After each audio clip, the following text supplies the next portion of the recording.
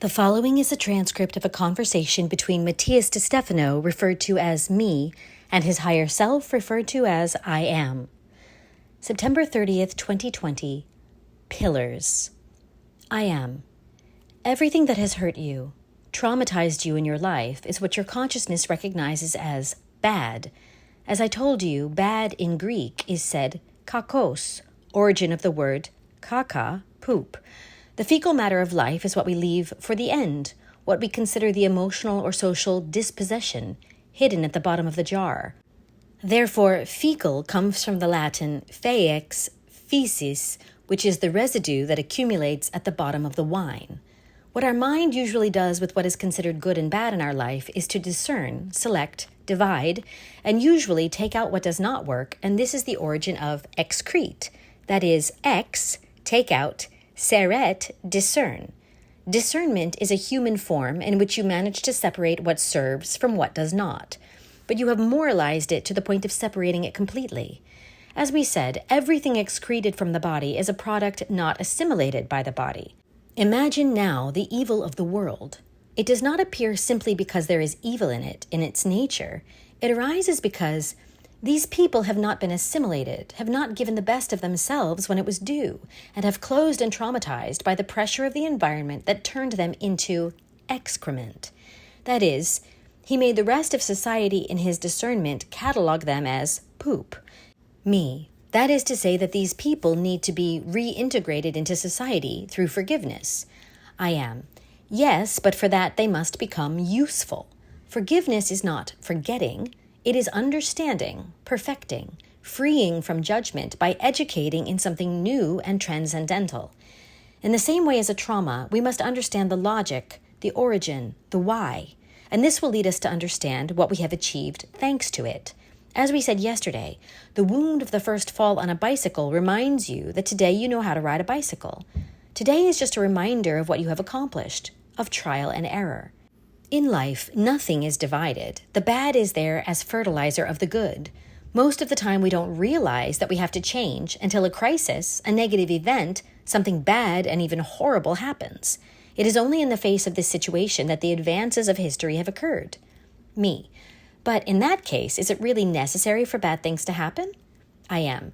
It is if you live from the subconscious and the unconscious. The unconscious sees the fire and touches it. Until it burns, he doesn't recognize what fire can do.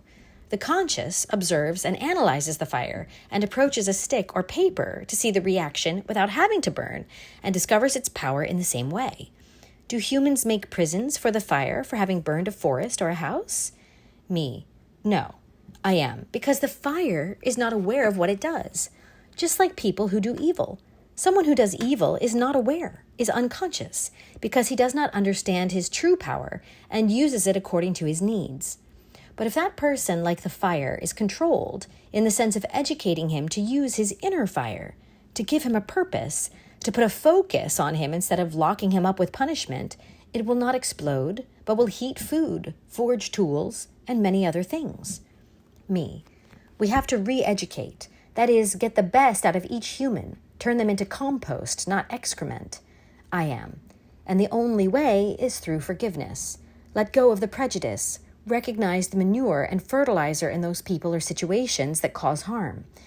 They usually say that evil is premeditated and that someone who causes harm is aware of it without understanding the true weight of the word conscious.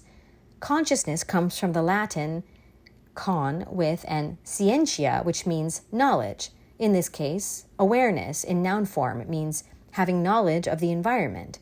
But when we say awareness with S in the middle, we mean having knowledge of oneself beyond the environment, that is, having wisdom. A person then can be aware of his environment or aware of himself in said environment. They are the pillars of being, knowledge and wisdom. Me. In other words, a person who does evil is one who does not know the truth of his environment and of himself, acting by emotional reaction. I am. No one who is aware would harm the life of another living being. Rather, it would become useful to life in general. Me. It could be said, then, that we must help people to change to be aware of this. I am. Not only people, but also situations. When you fell and hurt yourself learning to ride a bike, no one was to blame, it just happened. However, that simple fact can be considered a trauma, one that has given you the tools to know how to ride a bicycle.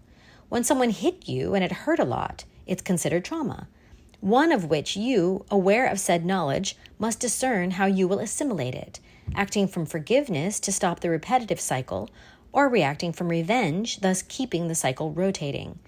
Change can happen in two ways here. We can force the other to change from our unchanging view, or change ourselves to bring about change in the other. In the first case, you will most likely generate a quick and negative reaction. Me. That is to say that I must support the two pillars, not impose them on the other. I am. All change is external, and all transformation is internal. Changes generate crises, traumas, reactions. Transformations are personal choices and self-managed by taking action.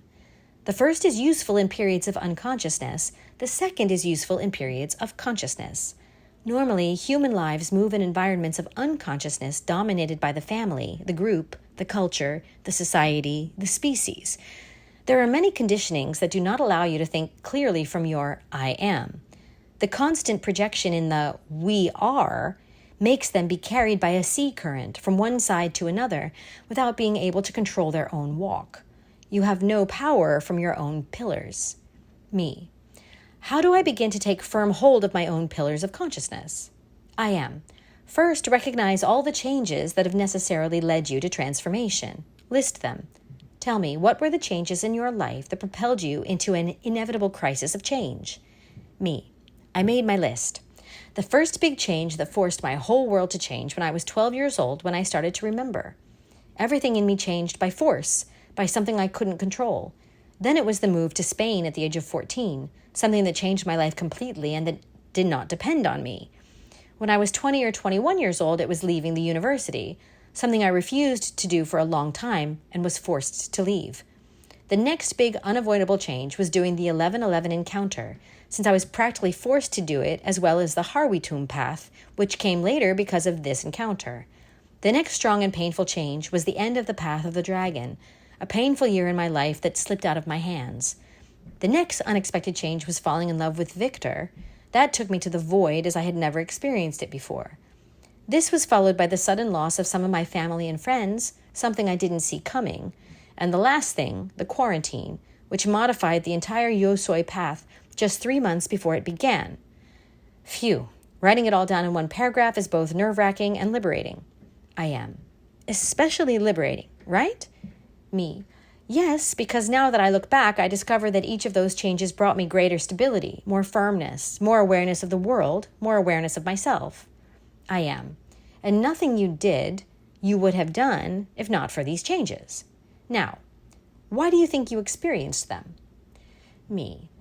Because in most of them, I was unconscious. In other words, what made me experience them as changes and not as transformations was my resistance to them, my unawareness of what they meant. I am. Don't blame yourself for not knowing, because life exists to learn. Awareness will not eliminate uncertainty, anguish, or crises. What consciousness will do is give it a purpose, a logic. It will help you go through it until you find the answer. Unconsciousness will sink you deeper into unnecessary suffering for not seeing that everything always has a logic and a reason. And that reason is not planned in advance. It is in the understanding of what has been learned.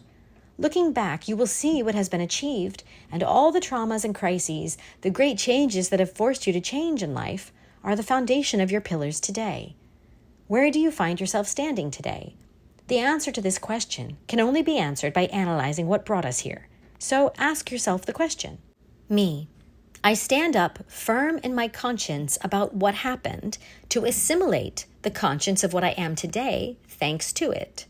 I am. Honor your path. When you understand the big changes, you will make the bad thing that has happened to you a fertilizer for your future transformations. Me.